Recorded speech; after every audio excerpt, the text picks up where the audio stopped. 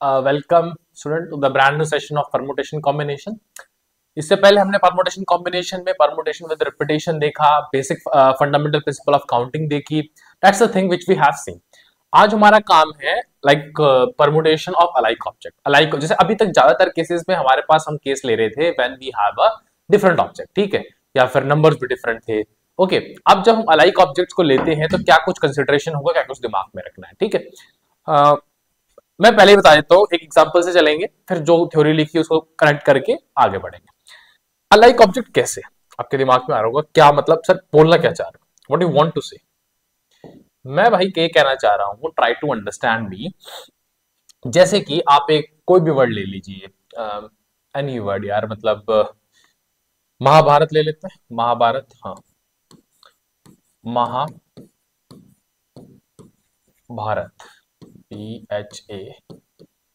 देखो महाभारत में BHART, भारत, महाभारत ऐसे होता है ना, BHARAT, भारत। अब इसमें देखो क्या क्या है मेरे पास ना, अगर मैं स्टार्टिंग से देखूं मेरे पास इसमें क्या क्या है। मेरे पास एक M है, ठीक है, चलो लिखते हैं M कितने हैं, देखते चलेंगे। M एक बार आया, बस एक M है। A कितने हैं, एक बार आ गया, दो बार आ गया, तीन बार आ गया, चार बार आ गया। मतलब देखो ये वर्ड वैसे महाभारत है, अब यहाँ कंट्रोवर्सी मत करना कि महाभारत की स्पेलिंग में बाद में ए लगाना है मुझे या नहीं लगाना। जो भी वर्ड सामने लिखा हुआ ना, मैंने देखो महाभारत की स्पेलिंग ले लिया, MAHA, BHARAT, महाभारत, ता भी हो जाता है आगे ए, ठीक है। लेकिन इस जो भी ये वर्ड लिखा है महाभारत जो मैंने लिखा है, इसमें क्या कुछ होगा वो समझने की कोशिश करो। मतलब मैथमेटिक्स पे लगाओ, ना कि इंग्लिश की स्पेलिंग पे दिमाग लगाओ, ठीक है। तो ए कितना हो गया, एक दो तीन चार, चार आपके पास ए हो गए।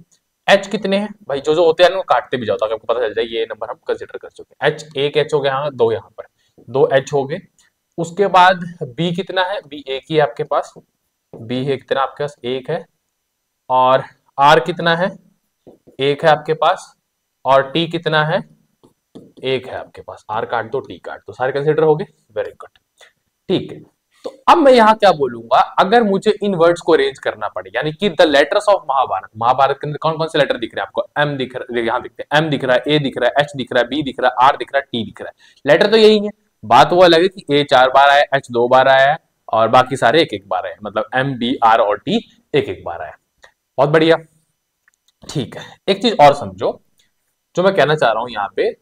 अब कुछ लेटर्स यहां पर मेरे पास रिपीटेड है, कुछ लेटर मेरे पास यहाँ पे रिपीटेड है। जस्ट थोड़ा सा वॉइस को बंद कर देता हूँ, कॉल आ रहा है, जस्ट स्विच ऑफ, यस, ठीक है, हाँ। फोन बंद कर दिया मैंने। Now you also concentrated here. मैं क्या कह रहा था कि इसमें क्या है, कुछ वर्ड रिपीटेड है। अगर मैं सिंपल सा एक केस लूं आपके लिए, जैसे कि अगर मैं जैसे राहुल एक वर्ड है, मेरे नाम की बात करो, यहाँ सारे लेटर है यूनिक, कोई वर्ड रिपीट नहीं हो रहा। आर एक बार है, ए एक बार है, ठीक है, एच एक बार है, यू एक बार है, एल एक बार है। इनको मैं अरेंज करता हूं, इन्हीं लेटर्स के वर्ड ले रहा हूं मैं, समझ रहे हो, मतलब कि एक नाम इन्हीं लेटर से आगे पीछे करके, ठीक है। ये पांच लेटर है, यही मेरी कंसिडरेशन के अंदर है। एक बार मैंने ए आगे लगा दिया, आर बाद में लगा दिया, एच, एक second, R H U L, R, अरहुल नाम से कोई भी वर्ड बन गया। मतलब मेरे को दिमाग लगाना है, मेरे को देखना है इन्हीं लेटर की हेल्प से आगे पीछे अरेंज करके। तो आपने इतना पढ़ा भी है यार, मैंने तभी बताया था कि पांच लेटर है और ऑब्वियसली आपको पांच के पांच पिक करने, तो 5P5 बोलेंगे। थोड़ा सा ना यहाँ पर बार बार रिपीटेशन का प्रॉब्लम आ रहा है, ठीक कर देता हूँ, अब सही हो जाएगा शायद, यस। देखो तो मैं क्या कह रहा था कि 5P5 बोल दूंगा मैं। 5P5 कोई पता है कि 5 फैक्टोरियल भी होता है, मतलब भाई पता है ना आपको फॉर्मूला क्या है, 5 फैक्टोरियल अपॉन 5 माइनस 5 फैक्टोरियल। तो 5 माइनस 5 मतलब 0, 0 फैक्टर मतलब 1, तो 5 फैक्टोरियल इसका आंसर आता है, ठीक है। मतलब ये है। और बाकी अगर हम वैसे भी कहें तो पहली प्लेस है 5, फिर 4, फिर 3, तो फिर 2, फिर 1। नंबरस वे है सोचने की, वो मतलब वो क्या है, फंडामेंटल प्रिंसिपल ऑफ काउंटिंग है, ठीक है। एक कोई और वर्ड बना लो यार, इसका मन कर रहा हो तो, HULRA, हुलारा, लकदा हुलारा, सुना ना, मतलब ऐसा कुछ गाना है, ठीक है, फाइन। ये हुलारा हो गया, मतलब ये हुलारा नहीं, ये नंबर ऑफ, मतलब एक तीन ये लिखे मैंने, और भी पॉसिबिलिटी है यार यहाँ पे, समझ रहे आप इसको। तो ऐसे बनाए जाते हैं 5 फैक्टोरियल, जिसका वैल्यू कितनी आती है, 120 आती है ना, ठीक है। 120 वर्ड बन सकते हैं, लेकिन इसमें तो कोई रिपीटेशन नहीं थी, सारे वर्ड यूनिक थे। पीछे जो हमने बात करी ना भाई, वो महाभारत के अंदर जो हमने बात करी उसमें कुछ वर्ड्स बार रिपीट भी हो रहे हैं। ठीक है। अब रिपीटेड केस में मैं बहुत ज्यादा आपको कॉन्सेप्चुअली समझाने से पहले जो आपका टारगेटेड एग्जाम के अंदर जो चीज होती है उसके साथ समझाता हूं, ताकि एक बार आपका जो हेडेक दूर हो कि ये मेरे पास फॉर्मूला आ गया है, ऐसे मुझे करना है। फिर थोड़ा सा इसको डीप डाउन करेंगे। देखो, महाभारत, उसी वर्ड को वहीं देखते हैं, या फिर एक काम करते हैं हम यहीं देखते हैं। ठीक है, यहाँ भी इनफ स्पेस है हमारे पास, we should see it here. इसमें कुछ नहीं होता अगर मैं सिंपली फैक्टोरियल के तरीके से बोलूं। कितने लेटर है इसके अंदर, ये देखो देखो, एक यहां आ गया, 1 4 5, 5 6 7 8 9 10, 10 लेटर है, मतलब 10 फैक्टोरियल वे से, ऐसे अगर मैं कहूं सारे अलग होते या ना होते, लेकिन 10 लेटर है, 10 फैक्टोरियल वे से अरेंज किया जा सकता है। जितने भी सिमिलर है, मतलब या फिर जितने सिमिलर हो ना हो, मैं ऐसे भी कह सकता हूं जिसे आपने कॉम्बिनेशन बनाया। अब देखो, m का तो एक ही बार छोड़ सकते हो इसको आप, a 4 बार है, 4 फैक्टोरियल से डिवाइड करो। क्यों करना है, क्या करना है, एक बार इसमें मत जाओ, एक बार मतलब को समझने की कोशिश करो। ये 2 बार है, 2 फैक्टोरियल से डिवाइड कर दो, बाकी सारे एक बार है। ठीक है, उनका कुछ नहीं लेना। या फिर अगर बोलना भी चाहो कि जितने जितने आपने जो क्लब्स बनाए उसे डिवाइड, तो 1 factorial divide by 1 factorial divide, मतलब 3 बार भी ये लिख सकते हो, ऐसी बात नहीं, 1 फैक्टोरियल डिवाइड 1 फैक्टोरियल। ठीक है, लेकिन 1 फैक्टोरियल 1 होता है। तो मेन समझने का मतलब ये है जिसमें आपके नंबर ऑफ लेटर्स ज्यादा हो, मतलब अगर मैं लेटर की बात कर रहा हूँ या कुछ और भी चीजों की बात होगी आगे, तो उतने फैक्टोरियल, मतलब वो 4 बार आ रहे हैं, 4 फैक्टोरियल डिवाइड कर दो। और दूसरे और कोई देखो, और कोई ऐसा लेटर तो नहीं है, 2 फैक्टोरियल डिवाइड कर दो। ये मेन बात है। ठीक है, या फिर अगर ऐसे कह दो कि मतलब जैसे मैंने हमारे फैक्टोरियल का भी लिया है, तो ऐसे कह दो लेटर की क्लबिंग, मतलब लेटर को नंबर ऑफ टाइम्स चेक करो कि लेटर कितने टाइम्स आ रहा है। ठीक है, और उनके जैसे मान लीजिए ये आ रहा है मेरा A time, B time, C time, D E F time, तो सिंपल वो। अब ये समझ आ गया आपको। ठीक है, तो इसका जो भी आंसर आएगा, 10 फैक्टोरियल बहुत बड़ा नंबर है तो मैं इसको ऐसा निकाल नहीं रहा। ठीक है, ठीक है, नहीं तो आप लिखोगे तो 1 2 3 ऐसे मल्टीप्लाई कर लो, ऊपर 10 तक, नीचे जो 1 से 4 तक वो कट जाएगा, तो 6 7 8 9 10, देखिए 2 भी 1। ठीक है, तो निकालने को निकाल सकते हो, मैं इसको ऐसा निकाल नहीं रहा, बस मेरे को मतलब था समझाने का। ये इसका आंसर आएगा, जो भी numerical value you can easily find. ठीक है, एक चीज और देखते हैं। ये मैंने आपको बता ही दिया अप्रोक्सीमेटली कि यहां से हमने स्टार्ट किया था परमुटेशन ऑफ लाइक ऑब्जेक्ट में। और ये अब इसमें जो थ्योरी ज्ञान लिखा है वो आपको और इजीली समझ आएगा, बड़ी आसानी से समझ आएगा। आपको मेरा तरीका पता ही है, you have watch enough lectures of mine, जिसके बाद आप कह सकते हो कि मैं फोकस इस पे करता हूं, इसको मैं स्किप भी करता हूं कई बार कि नहीं यार ये क्या पढ़ना, आप पढ़ तो चुके हो, किताबें क्यों पढ़नी जब आपको कॉन्सेप्ट समझ आ गया। मैथ्स में यही इंपॉर्टेंट होता है। और मैथ्स में जो मैं थ्योरी पढ़ा रहा हूँ या फिर कोई भी जनरल टीचर थ्योरी पढ़ाता है, उसमें वो सारा कवर कर लेता है। ये केमिस्ट्री या फिजिक्स या कोई बाकी सब्जेक्ट की तरह नहीं है जहां हम क्लास में सब कुछ कवर कर लेते हैं, फिर भी एक बार किताब पढ़नी पड़ती है, क्योंकि कोई ऐसा फैक्ट या कोई ऐसी चीज होती है जो क्लास में कवर नहीं हुई, या फिर कुछ फैक्चुअल चीजें होती हैं जिसके लिए हम किताबें पढ़ते हैं तो स्कोर गुड। यहाँ मैथ्स में ऐसा नहीं, कॉन्सेप्ट पढ़ो और दबा के क्वेश्चन लगा हुआ यार, मतलब दो नंबरस क्वेश्चन। चलो, a kind of problem involve permutation of different object in which some of them are similar. कुछ सिमिलर है, जैसे मान लो अगर 10 की बात करूं तो 4 एक जैसे हैं, 2 एक जैसे हैं, 3 एक जैसे हैं, कुछ ऐसा। ठीक है, the number of permutation of an object, मान के चलो टोटल एन थे, एन ऑब्जेक्ट थे, एन लेटर थे।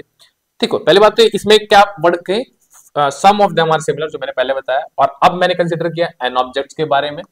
फिर taken all time in which P R alike, मतलब पी कुछ एक जैसे हैं, आउट ऑफ एन ही है भाई, ये ध्यान रखना। And Q are alike, Q कुछ एक जैसे हैं, वही एन में से ही। And objects of second kind, okay हाँ, एंड आर आर अलाइक, कुछ आर एक जैसे हैं of a third kind. And then rest N minus P. देखो आगे पढ़ सकते हो, यही मैं आपको थोड़ा और लिख के बताता हूं ताकि आपको समझ आए पीछे बात की। एन में से आर एक जैसे हैं, पी एक जैसे हैं, क्यू एक जैसे हैं, तो जो अलग अलग बचे, मतलब अब देखो कुछ भी लगा लो, मतलब कि जैसे मान के चलो एक लेटर मान लो या कुछ मान लो, जैसे कि आर ग्रीन बॉल है, सारी एक जैसी है, पी व्हाइट बॉल है, क्यू रेड बॉल है।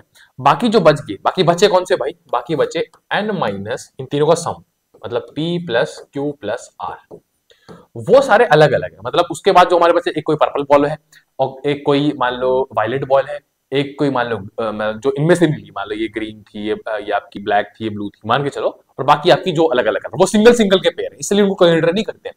इसलिए फॉर्मूला में भी हम मेन ये चीज लेके चलते हैं कि फिर फॉर्मूला क्या हो जाएगा, जिसका आंसर एन फैक्टोरियल से अरेंज तो करोगे, लेकिन जो एक जैसे थे उनको डिवाइड करोगे, यानी कि आर फैक्टोरियल, पी फैक्टोरियल और क्यू फैक्टोरियल। ठीक है, इनको कोई मतलब नहीं, क्योंकि ये एक एक वाले हैं, ये इनके जो वैल्यूज है ना वो एक है।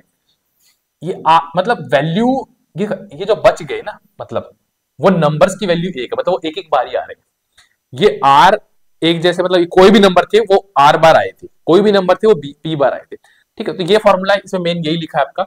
थोड़ा इसी पर्टिकुलर फॉर्मूला के कॉन्सेप्ट को लेके मैं एक बार और समझाता हूं ताकि आपको और समझ आए। इसे टोटली एग्जांपल ले लेते हैं, मतलब इसी के कॉन्सेप्ट का। बाकी आपको समझ आ चुका है, I totally agree with this. और आपको पिछला एग्जांपल से मैंने और समझाया था। चलो इसमें ना एन ही मान के चलते हैं, मान के चलो एन बॉल्स थी, एन बॉल्स थी, मतलब ताकि आपको समझ आए। रेड कलर की जो बॉल है वो थी पी, ताकि वो पी क्यू आर से रिलेट करो।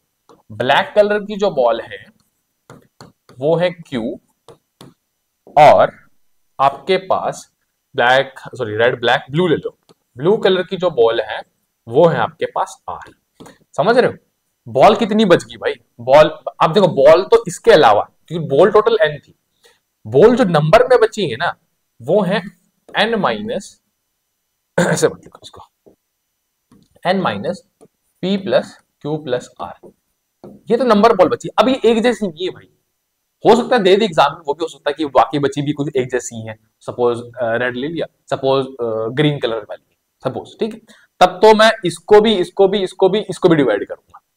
लेकिन ये मैं कह रहा हूं जो बच गई ना बॉल, वो उनके कलर जैसे कुछ ले लेते रैंडम, जैसे जो बची हुई बॉल है उसमें कोई पर्पल कलर है, ठीक है, कोई ग्रीन कलर, ग्रीन नहीं लिया हमने, ठीक है, कोई वायलेट कलर है, मतलब बहुत सारे, कोई पिंक कलर है, ठीक है, और बहुत सारे कलर हैं, उनका एक एक टाइप है, मतलब एक ये थी, एक ये थी, ये सब मिला के ही इतनी बॉल बनी एन माइनस। ठीक है, इस केस में तो क्या करूंगा मैं, एन फैक्टोरियल टोटल बॉल थी, पी एक जैसी थी क्योंकि ये रेड, सॉरी रेड पी जैसी थी, समझ रहे हो? एक सेकेंड, यस, प्लीज फोकस, ये एक जैसी थी, और क्यू आपकी एक जैसी थी, और आर आपकी एक जैसी थी, वो सारी अकेली, इनको डिवाइड नहीं करेंगे, ये आंसर होगा। सपोज इसी में मैं आपको डिफाइन करने की कोशिश करूंगा, इसी में मैं I want to define you कि एन बॉल में से पी एक जैसी है, क्यू एक जैसी है, आर एक जैसी है, और जो बच गई वो फिर एक जैसी है, मतलब बची कौन सी, N minus P plus Q plus R. इसको भी एग्जांपल लेके समझे, वही बॉल वाला एग्जांपल लेते हैं ताकि यार अपनी अंडरस्टैंडिंग और डीपन हो।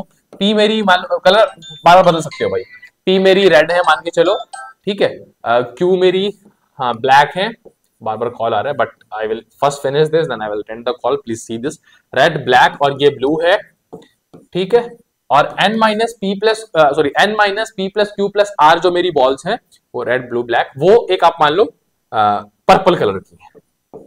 ठीक है, पिछले केस में तो कहा था जो बची हुई बॉल थी ना वो सिंगल सिंगल टाइप बना के बन रही थी कलेक्टिवली, तो इस केस में मैं क्या करूंगा, n factorial divide by p factorial q factorial r factorial n minus p plus q plus r, n minus p plus q plus r। ठीक है, ये मेरा आंसर हो जाएगा। फाइन, समझे? This is my answer, and इस session में इतना ही देखते हैं, इसका जो कंटिन्यूएशन है I will see in the next session.